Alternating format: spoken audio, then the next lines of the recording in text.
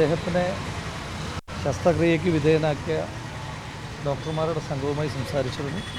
അവർ തന്നെ ഒഫീഷ്യലായിട്ടുള്ള medical briefing നടത്തും. എങ്കിലും അവർ പറഞ്ഞത് മൂക്കിന് 3 സാരമായ പൊട്ടലുകളായിരുന്നു ഉണ്ടായിരുന്നത്. അപ്പോൾ ഇപ്പോഴും സംസാരിക്കുമ്പോഴും വായിലൂടെയാണ് ശ്വാസം എടുക്കുമ്പോഴുമൊക്കെ ബ്ലീഡിങ് ഉണ്ടാവുകയാണ്. അപ്പം സംസാരിക്കാനൊക്കെ വലിയ ബുദ്ധിമുട്ട് അദ്ദേഹത്തിന് അനുഭവപ്പെടുന്നുണ്ട്. അപ്പോൾ അത്തരം ഗൗരവതരമായിട്ടുള്ള മർദ്ദനമാണ് അദ്ദേഹത്തിന് ഏൽക്കേണ്ടി വന്നത്. ആ ചോര അത്രയും ഇവിടെ ശ്രീ PK ഫിറോസ് സൂചിപ്പിച്ചതുപോലെ അയ്യപ്പൻ്റെ സ്വർണം പൊതിഞ്ഞ പാളി കട്ടെടുത്തത് മറക്കാൻ വേണ്ടിയിട്ടാണ് എങ്കിൽ തെരുവിൽ എത്ര ചോര വീഴ്ത്തേണ്ടി വന്നാലും ഞങ്ങൾ ആ ചോദ്യം ചോദിച്ചുകൊണ്ടേയിരിക്കും. ഇവിടെ സൂചിപ്പിച്ചതുപോലെ എങ്ങനെയാണ് ഇപ്പോൾ ഇന്നാണ് നിങ്ങൾ മാധ്യമപ്രവർത്തകർ ഒരു വിഷ്വൽ പുറത്തുവിടുന്നത്, അദ്ദേഹത്തെ മർദ്ദിക്കുന്ന വിഷ്വൽ പുറത്തുവിടുന്നു.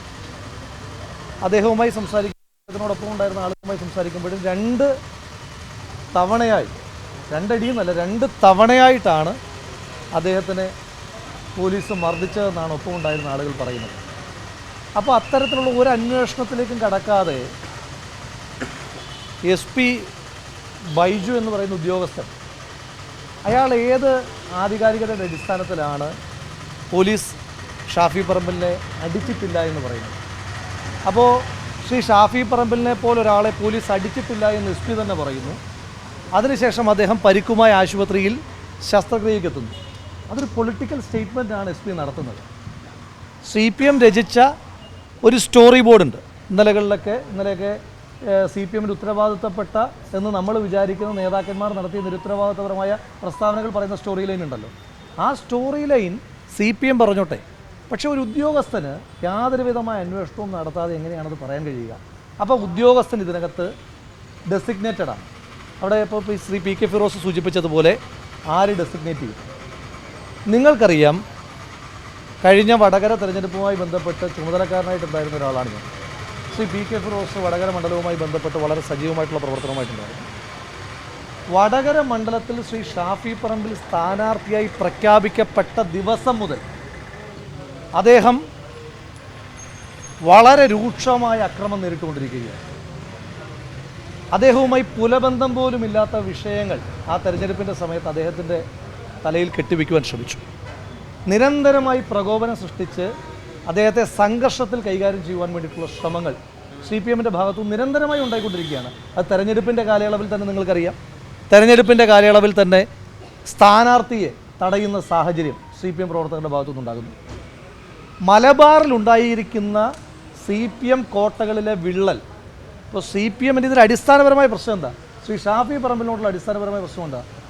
ശ്രീമതി ശൈലജ ടീച്ചർ പരാജയപ്പെട്ടു.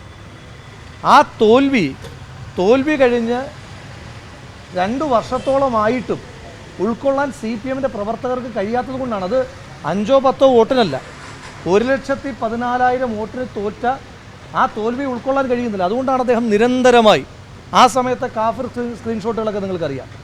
ഏറ്റവും ഒടുവിൽ ഇന്നലെ പോലും നമ്മളിവിടെ വരുമ്പോൾ മനസ്സിലാക്കുന്നത് കുറച്ചും കൂടി ഗ്രാവിറ്റിയുള്ള വിഷയമാണ്. ഒരു UDFൻ്റെ ഒരു വലിയ പ്രകടനം നടക്കുന്നു. ആ പ്രകടനത്തെ ആക്രമിക്കുവാൻ വേണ്ടി 50ഓളം വരുന്ന ആയുധധാരികളായ CPMൻ്റെ സംഘം അപ്പുറത്ത് നിൽക്കുമ്പോൾ പോലീസിൻ്റെ ഉത്തരവാദിത്വം എന്താണ്? പോലീസ് ആ ആയുധധാരികളായ അക്രമകാരികളെ ഒഴിച്ചുവിടണം. ടിയർ ഗ്യാസ് പ്രകടനത്തിന് നേർക്ക് ഉപയോഗിക്കുന്നു.